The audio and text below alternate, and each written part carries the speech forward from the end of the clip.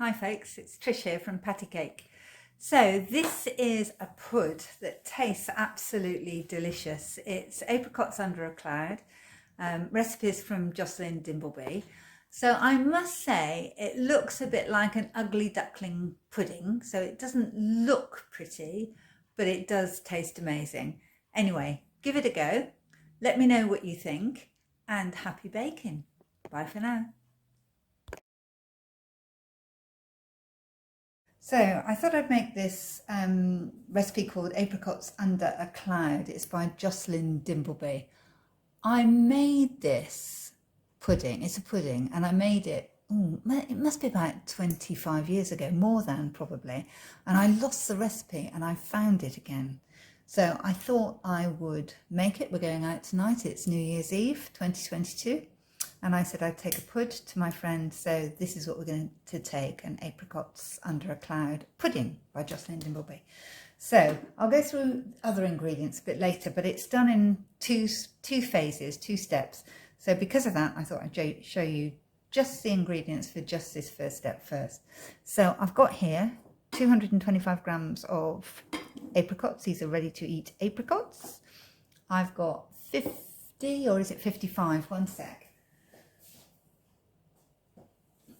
No, 50. So I've got 50 grams of brown sugar here. This is dark brown sugar, so it's got that treacly taste as well, which will go quite nicely with the apricots.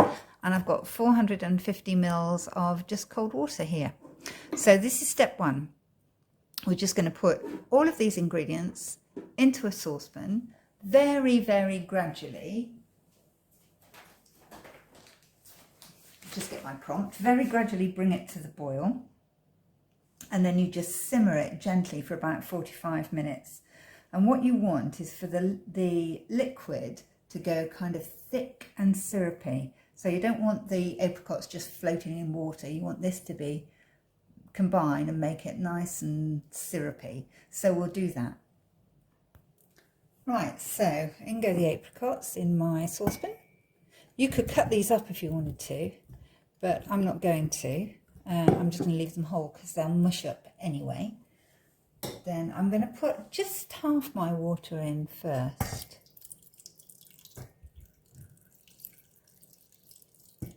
I'll put the rest in as well. And I'm going to put my sugar in.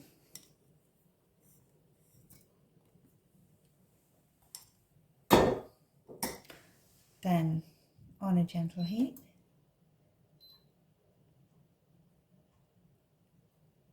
And just let that bring to the boil, come to the boil.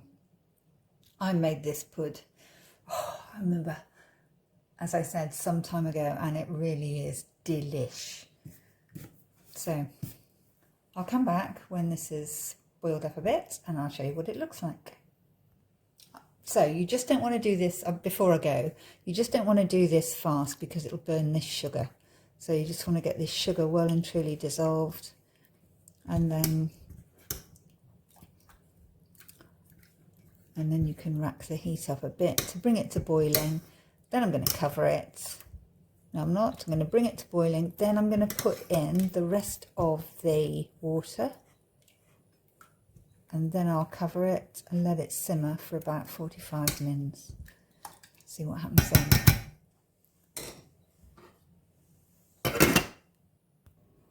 Right, this sugar's melted. So what I'm going to do is I'm going to pour the rest of that liquid into here now.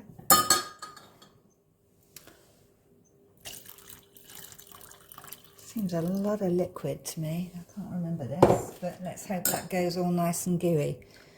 We will see. Let's make sure it's all... Yep, all that sugar's dissolved. Right, lid on, and I'm going to boil it, but I'm not going to do it quickly. I'm just going to let it gently come to the boil. Okay. See you in a bit. Right, so you can see this is boiling quite vigorously now. Oh, it smells nice. So, in order for that to reduce down, I don't think I need the lid on it. So I'm just going to take it down to simmering.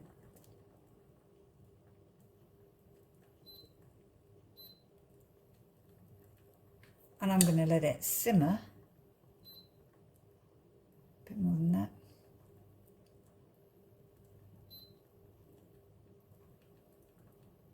Like that for about 45 minutes. So I'll come back in 45 minutes. See you then. So about halfway through, this is coming along quite nicely. I'm just going to bash the apricots a bit just to see if I can break them down a bit, really. I don't know how sticky this is going to go, but we'll see.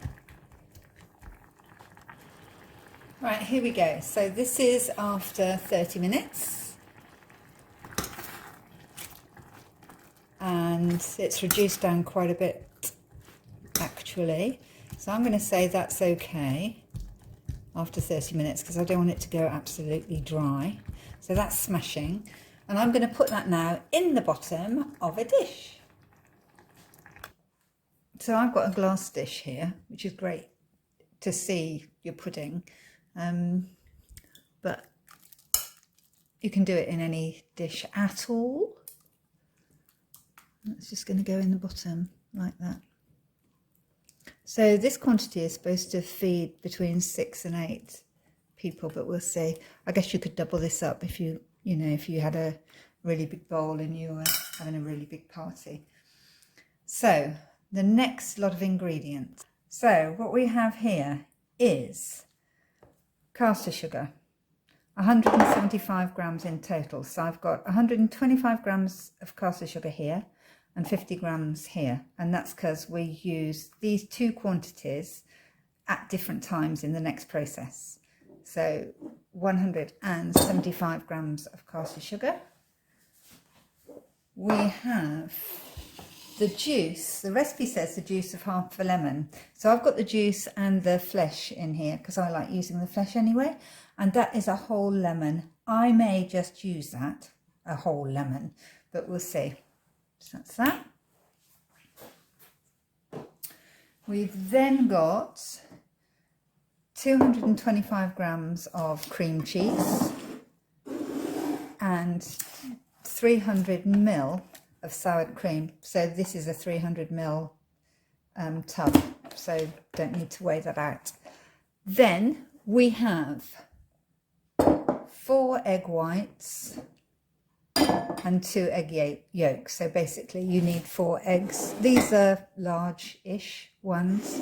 So 4 egg whites, 2 egg yolks, and we need a teaspoon of vanilla extract or vanilla essence.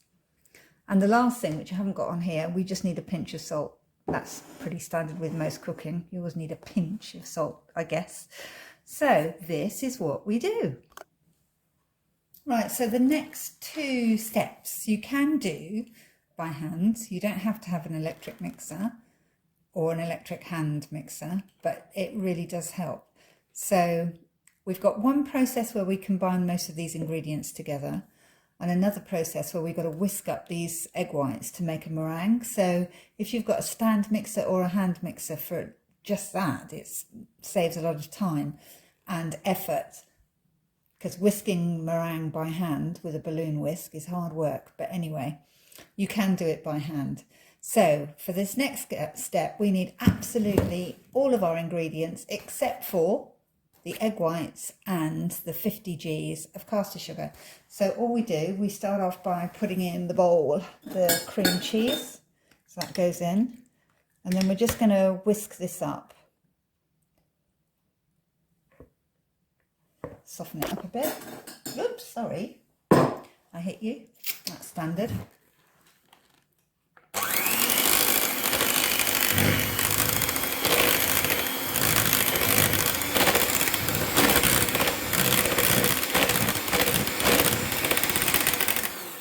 So I've just broken that up a bit, that's fine. Next goes in the 125 G's of caster sugar. I'll try not to move the foam this time. So that goes in.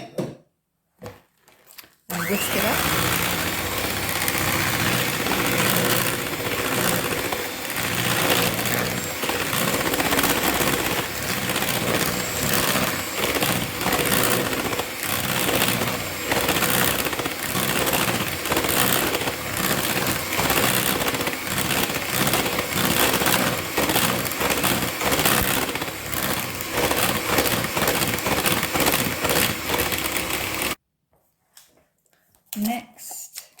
this in the soured cream.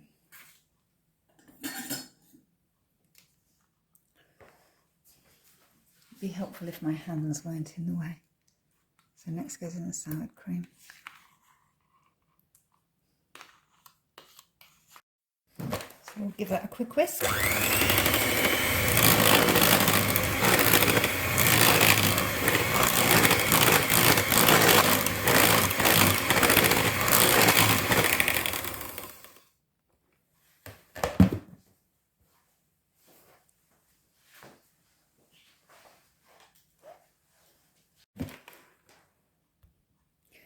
And then the lemon juice. I hope I recorded adding the egg yolks, but if I didn't, you put the egg yolks in before this. So I'm just going to put in, I'm going to guess about half.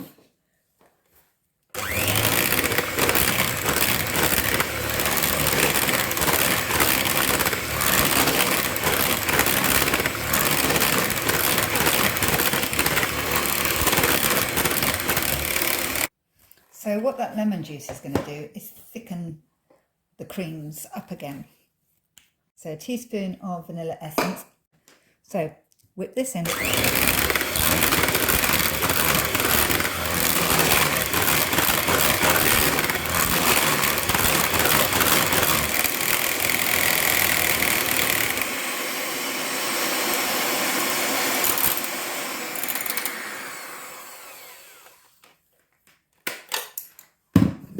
And that's it as far as that combination goes. So then you'll either, what you need to do now is you need to make your meringue. So this is really nice and thick. So sorry guys that you can just see the mixer, but you need to turn your oven on now. So what it says is if you've got an oven in Fahrenheit, you cook this at 375 degrees. If you've got a standard conventional oven in centigrade, you cook it at 190. My oven's a fan oven. That's how I prefer to cook. So I'm going to do mine at about 175, 180 degrees Celsius fan. And we're going to cook it for about 25 to 30 minutes. So before we do that though, we've got to whisk these egg whites together. So I'm going to put the 4 egg whites into here. If I can find a spatula that's not got grease all over it. Grease as in from the cheeses. So we're just going to pop the 4 egg whites in there. Okay, and here's a tip for you. If you want your egg whites to be really fluffy, just add, for each egg white, about 1/4 teaspoon of cream of tartar. So it would just give the egg whites more volume. So once I get the lid off, I'm going to add just under 1 teaspoon of cream of tartar to these egg whites. And a pinch of salt. I've got pink Himalayan salt, doesn't matter what kind of salt it is. About 1/4 teaspoon, maybe a bit less.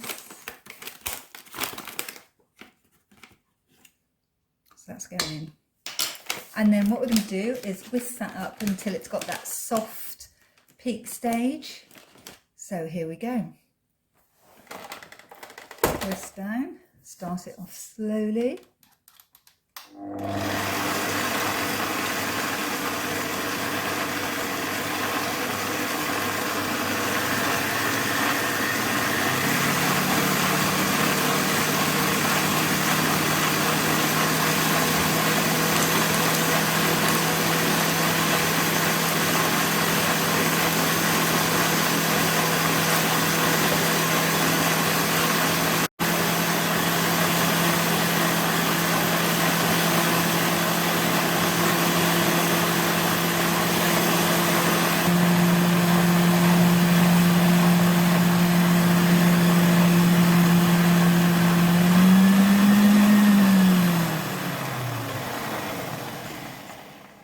So there you go, that's soft peak stage.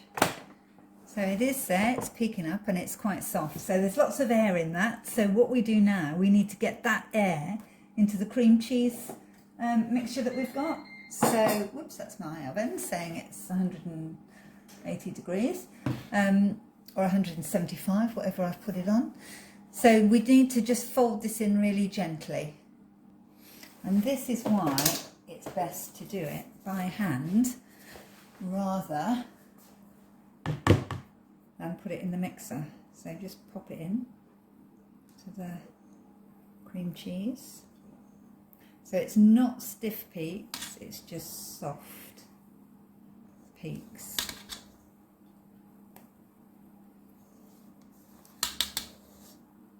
I'm going to add this all in one hit.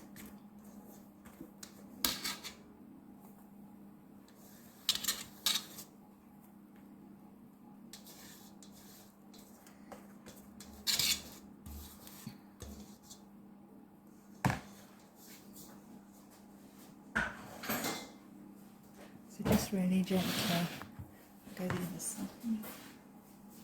Really gently just fold it in and keep all that air in the cream cheese. So if you beat it, it's just going to knock the air out. So just do it really gently and fold it in till it's all combined.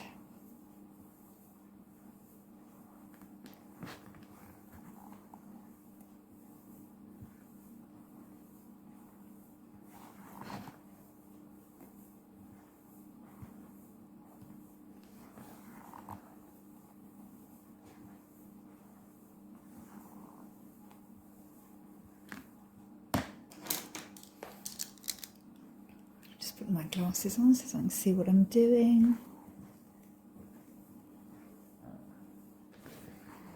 I guess it's a bit like a mousse-y thing, I suppose. I've never made a mousse, but I think that's might be what it's like. So there, that's good. So now I'm going to put that on top of the apricots.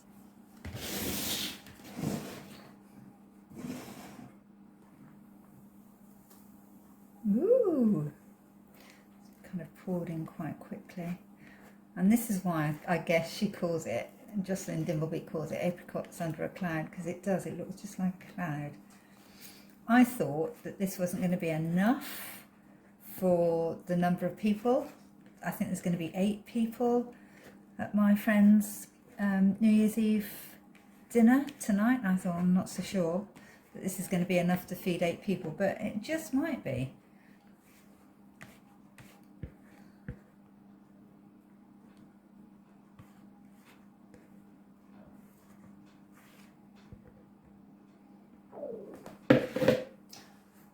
Quick check round to make sure that I've put all the ingredients in. I have been known to forget a few things sometimes, but that's me. Those of you that have been on in the things that I've baked with you guys before and baked something yummy know that I often forget stuff, like turning the oven on. Anyway, here you go. So that's going to go into the oven for 25 to 30 minutes until it's a golden brown colour. Yes. Okay, and I'll see you in 25 to 30 minutes. Right, there we have it. So I've baked this at 175-ish, 180 for 35 minutes because I always want my stuff to be cooked through. So if anything, I err on the side of over baking rather than under baking. Now you leave it on the side for 10 minutes. And apparently it will sink in the middle. I think it did, if I recall correctly. It did do that. So I'll come back in 10 minutes. So here we are 10 minutes later. Yes, it has sunk a bit. So you're fine if yours has as well. Now, the next step, remember that 50 grams of sugar here? So what we do is we sprinkle this over the top and then put it under a hot grill until that sugar caramelizes. Now then, this book was written goodness knows how many years ago, so I'm thinking that because it's nice and golden brown on top like this, I'm not going to do that with this sugar. I'm going to leave this step out and I'm going to serve it as it is with some cream or some ice cream or some mascarpone cheese or something like that. So I'm just going to leave it and we're going to eat it as it is. But if you do put the sugar on and you do put this under a hot grill, just make very sure that the container that you've cooked it in can take being grilled as well. Maybe I shouldn't have put it in a glass bowl, because sometimes when you put a glass bowl under the grill, it will shatter. So I would recommend that if you're going to put it under the grill, make sure that you put it in a bowl that will take that direct heat. Anyway, folks, thanks so much for watching. Hope you get to make this, and let me know if you enjoy it. Let me know if you find it easy to make. Let me know if you think there's any pitfalls. But as I say, it's Jocelyn Dimbleby's recipe, so it should be pretty foolproof. Thanks again, folks. Bye for now. Bye.